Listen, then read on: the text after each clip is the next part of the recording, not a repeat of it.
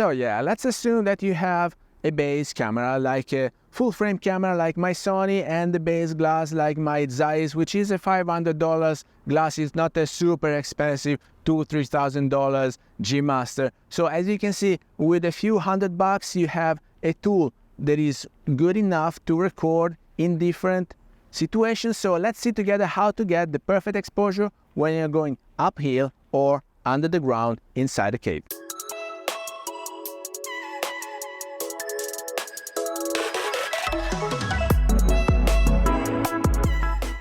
Hello everybody, welcome back to the channel. Thomas Love here from One Lens Only, and today I'm just taking advantage of this place, which is small enough to be able to visit both the top of the mountains and inside the cave within the same day, because it's just a few kilometers from one place to the other one. So if you want to hike and experience different places, well, you're in the right place. You don't need expensive gear, you don't need an airy camera, you don't need sturdy tripods. With just a compact full frame and the base glass, you are able to record videos and to shoot stills in whatever conditions. So let's start from the top of the mountains. From the city, I used to see this cross which is enlightened when it gets dark, and I was wondering what it is there. Can I visit there? So I discovered this place. It's called Monte Croce, Mount Cross, very original the name, but you can visit with just a few kilometers hike from the city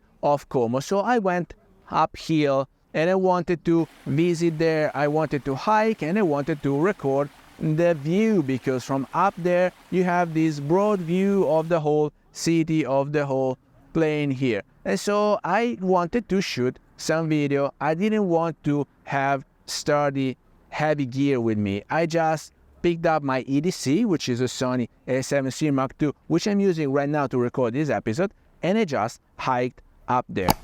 When I was there, I turned on the stab.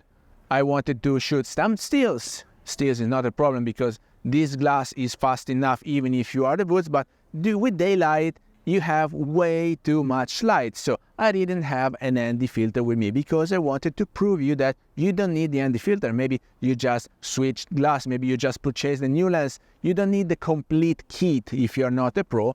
Even with a base setting you can do and you can shoot nice videos. So I was up there, and when you have this problem that you have way too much light, you want to limit it in any possible way. Now if you're recording 24 frames per second, the shutter speed is supposed to be, by the 180 rule, 1/50th, but that's way too bright. So the first thing that I changed was to switch to 60 frames per second, so I could use a 1/125th of a second as a shutter speed. That limits the light that comes in. And then, of course, I switched to S-Cineton, because compared to S-Log, S-Cineton has a lower base ISO, only 125, and then I closed down a bit my glass. Now double check with your glass, because some cheaper glass nowadays can only close down to f16, while this one can close down to f22. Of course, you don't need to close that much, but it's nice to have the option if needed. And as you can see, with just the digital active stab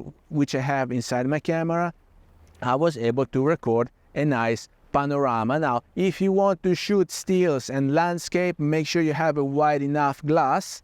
And then what can you do if you want to limit the light that comes in when you're shooting stills? Well, of course, you can go as fast as you want with the shutter speed, 1/2000 of a second, 4000 if you want to use a electronic shutter instead of the mechanical shutter. But if you want to take it all in, you just need to close down a while and leave it open a bit longer. So leave it open as much as possible.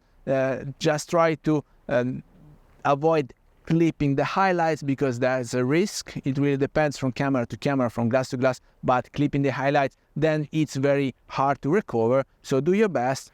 Just try to keep the ISO as low as possible, the shutter speed as long as possible, and the f aperture as close as possible. While different thing is when you have the other challenge, if you don't have enough light, then I moved and visited this cave, which is called Buco del Piombo. So there's another few kilometers hike from Como, because it's in the municipality of Inverigo, if I'm not wrong, and then you have to walk like half an hour in the woods and you get to the cave. We did this visit in occasion for Halloween. So they prepare something, some funny stuff for the kids to be entertained for Halloween, and even a fake bear noise just to scare the kids, but they didn't fall for it. Anyway, when you are inside the cave, you want to get as much light as possible. So you have the opposite problem. You switch to S-Log because the second base ISO is ISO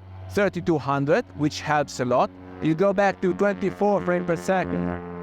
Well, that's a seaplane. It's quite popular here, having seaplanes passing by. Sorry for the noise. I was saying 3200 ISO, 24 frames per second, so you have 1/50th of a second as a shutter speed, and then with your glass go as fast as possible. I could open wide to f1.8, so that had a lot. And so I was able to record even with this low light. The only light that we had inside the cave was coming from our headlamps, and sometimes it was even way too much, but I was able to record videos and to shoot stills. When you're shooting stills, of course, you want to go wide open, you don't want to pop the ISO too much, so here I had decent results. So this is all to say that you don't need professional gear. Now, while I'm speaking, the sun is going down, so it's gonna be hid behind the mountain soon, so let's hope I still have enough light to finish recording this episode. But I was saying, you don't need professional gear, you don't need an ARRI camera for your videos, you don't need a super duper Sony $1,000s